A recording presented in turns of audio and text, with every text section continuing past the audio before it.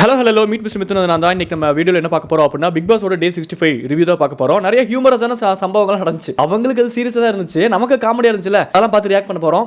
வாங்க வீடியோ பார்க்க போலாம். ஆரியவாதியா இருந்தாலும் நான் லேபரா இருந்தாலும் நான் உழைக்கிறேன். ஃபர்ஸ்ட் என்ன நடந்துச்சு அப்படின்னா, காலங்காத்தால தீபக் வந்து அந்த சமையல்லாம் பண்ணிக்கிட்டு இருந்தாரு. அருண் வந்த உடனே அவர் பேட்ச்ல ட்விஸ்டர்னு பேர் இருந்துச்சு, அதை பார்த்த உடனே டே ட்விஸ்டர் அப்படின்னு சொன்னாரு. ஸ்கில்டுன்ற பேர்ல இது என்ன?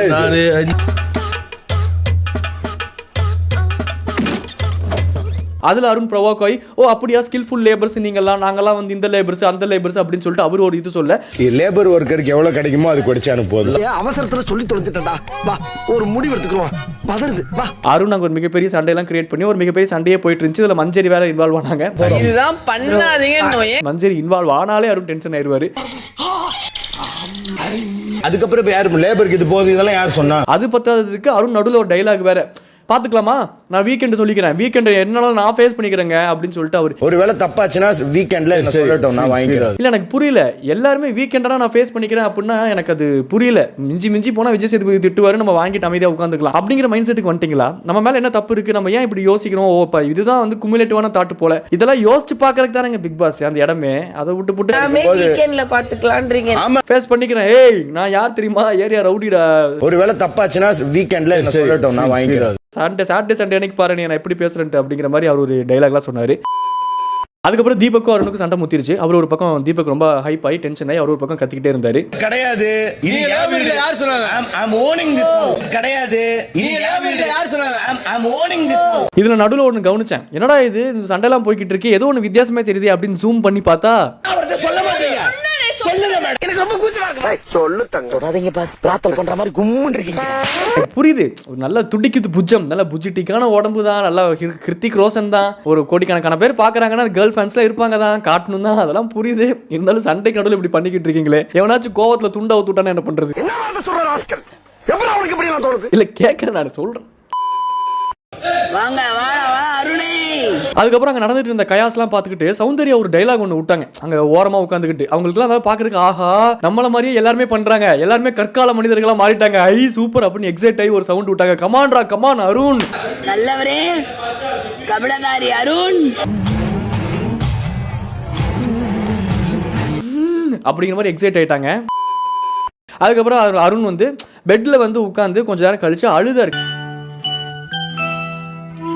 கண் கலங்கினார். என்னதான் அவர் மேலே வந்து ஒரு பாயிண்ட் அவர் தப்பாக பர்சீவ் பண்ணி புலம்பிட்டு இருந்தாலும் அழுகும்போது கொஞ்சம் மனசு கஷ்டமாக தான் இருந்துச்சு. அந்த ஒட்டுமொத்த டீம்மேட்ஸுமே ஒருத்தருக்கு அகேன்ஸ்டாக இருக்கும்போது அது ஒரு மாதிரி தான் இருக்கும்.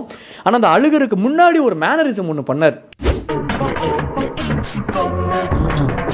அங்கதான் நமக்கு ப்ரோவோக் ஆயிருது, எதையாவது ஒன்று ட்ரோல் பண்ணிடணும், அழுதாலும் பரவாயில்ல ட்ரோல் பண்ணிடணும் அப்படின்னு சொல்லிட்டு. நல்லஞ்சக்காரன் அவ்வளவு நேரம் கதறானே கரையிறானா.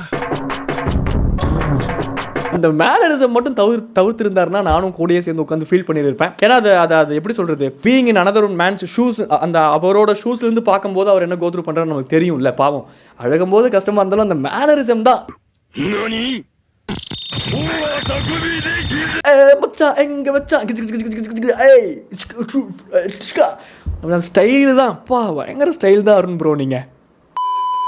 அதுக்கப்புறம் வந்து எல்லாமே கொஞ்சம் நார்மல் ஆகிட்டு இருந்தாங்க, பசங்களாம் உட்காந்து பேசிக்கிட்டு இருந்தாங்க. அப்போ விஷால் வந்தார். விஷால் ரொம்ப யதார்த்தமா கேஷுவலா ஒரு கான்வர்சேஷன்ல சொன்னாரு, கிச்சன் டீமோட பேசு மச்சான், போ நீ தயவு செஞ்சு போய் கிச்சன் டீமோட பேசு. இங்க பாருடா தீபக் நான் இப்படி சும்மா விளையாட்டுக்கு ஆரம்பிச்சாரு, அவர் சொன்னதும் தப்பு தான், அதுல அருண் ப்ரோவோக் ஆயிட்டான் அப்படின்னு தான் விஷால் ஆரம்பிச்சார். அவர் எதுவுமே சொல்ல வரலாங்க, நடந்ததை சொல்ல வந்தார். அது அப்பட்டமா தெரிஞ்சது. அது இப்ப நான் என்னடா சொன்னேன், அவர் சொன்னது தப்புன்னு தானே நான் சொன்னேன். ஆனா அதுக்கும் அருண் ப்ரோவோக் ஆகி, என்ன நீ என்ன பண்றேன்னு தெரியுது மச்சான், உன் கேம் எனக்கு தெரியுது, சரி ஓகேடா நீ பண்ணு, இட்ஸ் குட் நான் பாத்துக்கிறேன். நீ வந்து அவங்க நீ ஒன்றும் இல்லடா, சூப்பர்டா, ஆல் தி பெஸ்ட். சரி நான் செவனே தானா போய்க்கிருந்தேன், யாரு வம்பு தும்புக்காச்சும் போனா அப்படின்னு சொல்லிட்டு அதுக்கும் ஒரு மாதிரி டென்ஷன் ஆகி, பாவம் விஷாலுக்கு எப்படி இருந்திருக்கும்.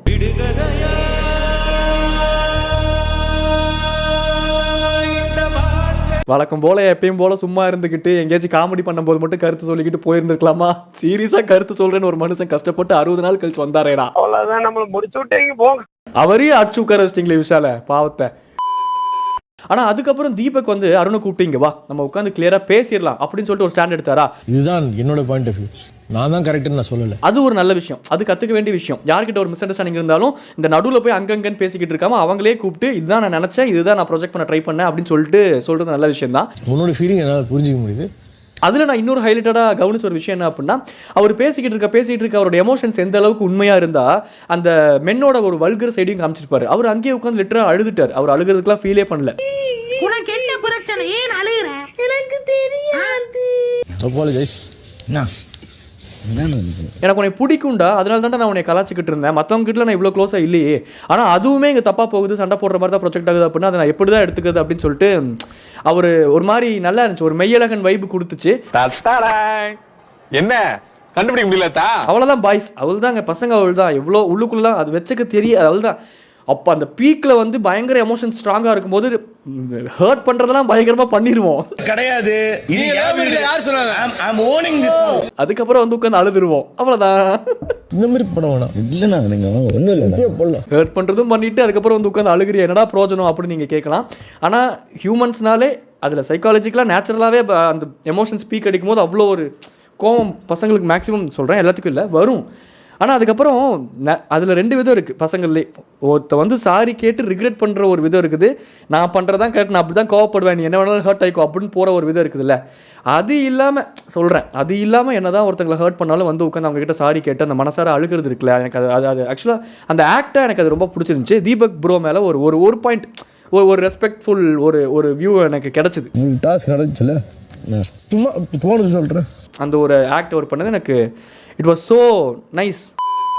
ஆனால் இவங்க 2 பேரும் இந்த ஆறுதலாக சொல்கிறத பார்த்து அங்கே பக்கம் ரஞ்சித் சார் அழுக, ரஞ்சித் சாரை பார்த்து பிக் பாஸ் அழுக, பிக் பாஸை பார்த்து ஆடியன்ஸ் அழுக.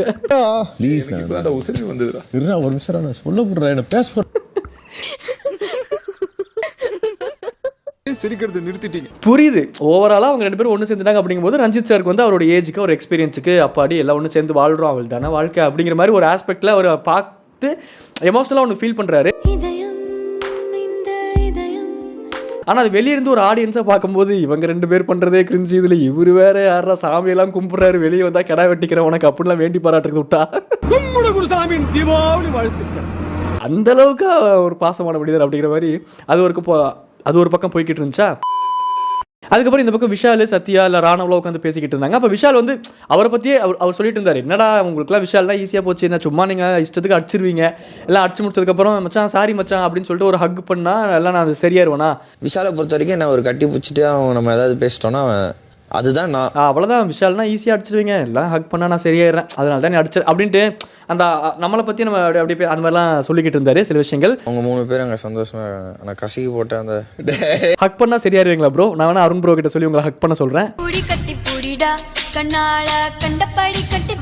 இல்லை சொல்கிறேன், கவலைப்படாதீங்க, பார்த்துக்கலாம், பார்த்து பண்ணிக்கலாம். என்ன இப்போ பிக் பாஸில் எல்லா கேமராவும் ஒர்க்கிங்காக இருந்தாலும் ஏதாச்சும் ஒரு இடம் இருக்குல்ல, அந்த இடத்துல போய் ஹக் பண்ணிக்க வேண்டி சொல்கிறேன். அன்பை பரிமாறுறது தானே, அதுக்காக நான் சொன்னேன், வேற ஒன்றும் இல்லை. இதுல கொஞ்சம் ஓவரா சமாதானம் ஆயிடுச்சுங்களோ. 2 பேரும் போய் நான் ஏன் பாட்டம் 7ல இருக்கணுங்கிறதுக்கான ரீசனை சொல்லட்டும். அதுக்கப்புறம் வந்து பிக் பாஸ் வந்து ஒரு டாஸ்க் கொடுத்தாரு. ஃபர்ஸ்ட் 7 கண்டஸ்டன்ட்டை பிரிங்க, அதுக்கப்புறம் டவுனாக இருக்க 7 கண்டஸ்டன்ட்டை பிரிங்க, நான் வந்து ஒரு டாஸ்க் சொல்கிறேன் அப்படின்னாரு. அந்த ஃபர்ஸ்ட் 7 கண்டஸ்டன்ட்ஸ் பிரிக்கும் போது அது அங்கே வந்து ஒரு பிரச்சனை வந்துச்சு. முத்து வந்து ஓட்டு வச்சுக்கலாம், அருணா விஷாலா அப்படின்னு சொல்லிட்டு எல்லாமே முடிஞ்சதுக்கப்புறம் மறுபடியும் ஒரு விஷயத்தை முத்து அவர்கள் கிளப்பின மாதிரி இருந்துச்சு. ஆல்ரெடி 8 முடிஞ்சிருச்சுல்ல, உனக்கு என்ன பிரச்சனை? அப்புறம் ரஞ்சித் வந்து சொன்னார், முத்து அதுதான் முடிஞ்சிருச்சுல, அப்புறம் என்ன உனக்கு அமைதியாக உட்கார மாட்டியா, எதுக்கு இப்படி கிளப்பி விடுறோம் அப்படிங்கிற மாதிரி ஒன்று சொல்ல வந்தார். அவரோட கருத்தை அவர் சொல்கிறக்கு முன்னாடியே மஞ்சரி அவங்க முந்திக்கிட்டாங்க, நான் பேசுகிறேன், நான் என்னோட கருத்தை ஸ்ட்ராங்கா சொல்றேன் அப்படின்ட்டு. சரி டாப் 8க்கு சொல்லிருக்கோம், இது 2க்கு மட்டும் பாட்டம் 7க்கு. அவர் எங்கேயாச்சும் பேச வந்தா இந்த மாதிரி முந்திக்கிறது. அவரோட வயசுக்கு ஒரு ரெஸ்பெக்டை காப்பாத்திட்டு அமைதியா போயிடுறாரு. நம்ம பேசும்போது நமக்கு மரியாதை இல்லையே அப்படின்ட்டு. அப்புறம் வீக்கெண்ட்ல உட்காந்துக்கிட்டு ரஞ்சித் சார் பேசவே மாட்டேங்கிறாரு, 60 நாளா அமைதியாவே இருக்காரு. பேச விட்டாதானே அந்த மனுஷன் பேசுவாரு, பாவம்ல அவரு.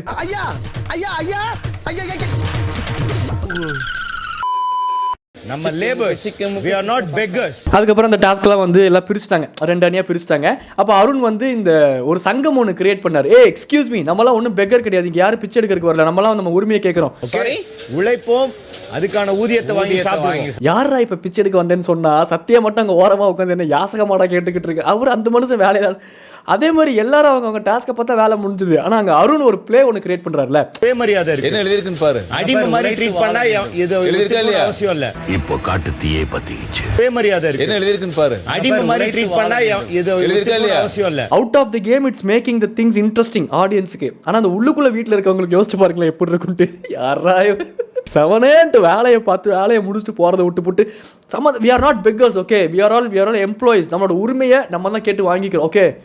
அப்படியே கத்தி கதிரேசன் தான் இவரு. என் உசுரா போனாலும் பிச்சை எடுத்துடாதீங்க. பிக் பாஸுக்குள்ள போய் எல்லாமே பண்றது அதுதான். பிக் பாஸ் எல்லாமே சொல்றேன் நான் ஓவராலா. அதுக்கப்புறம் வந்து முத்துவும் அருணும் வந்து இங்கிலீஷ்லேயே சண்டை போட ஆரம்பிச்சிட்டாங்க. அருண் ஒரு இங்கிலீஷ்ல ஒரு வார்த்தை சொல்ல, முத்துன்னு ஒரு இங்கிலீஷ்ல ஒரு வார்த்தை. திடீர்னு Muthu please help me, please help me, you are a provoker, yes you are a provoker. எனக்கு புரோக்கர்னு வேற கேட்டுச்சு. என்னடா பொசுக்குன்னு அருணும் புரோக்கர்ன்ட்டாரு.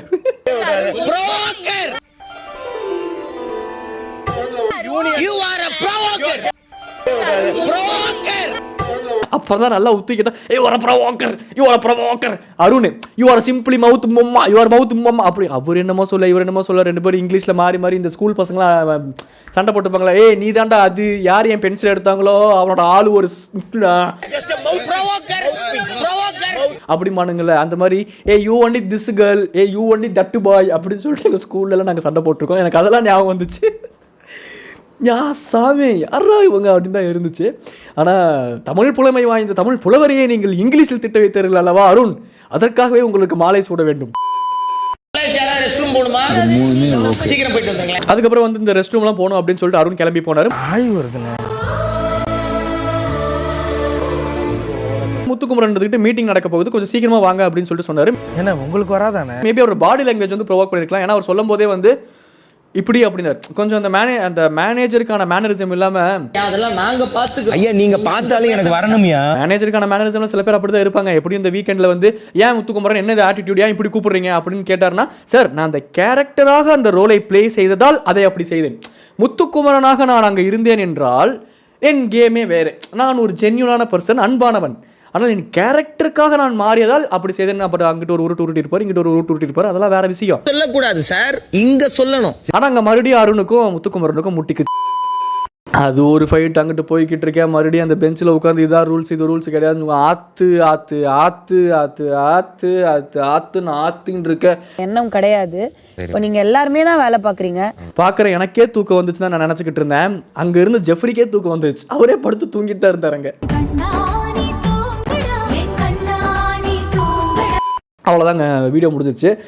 அப்புறம் இதுதான் வந்து பிக் பாஸோட முதல் day and night task. Night ஃபுல்லாக அவங்க இந்த டாஸ்க்கை பண்ணிகிட்டு இருக்கணும். உட்காந்து சைக்கிளை மிதிச்சாதான் வந்து அந்த இது உள்ளுக்குள்ளே தண்ணியெல்லாம் வரும். அதுதான் டாஸ்க்கு. அப்படியே பார்க்குறக்கே ஒரு சயின்டிஃபிக் கூடாரம் மாதிரி இருந்துச்சு பிக் பாஸ் வீடே.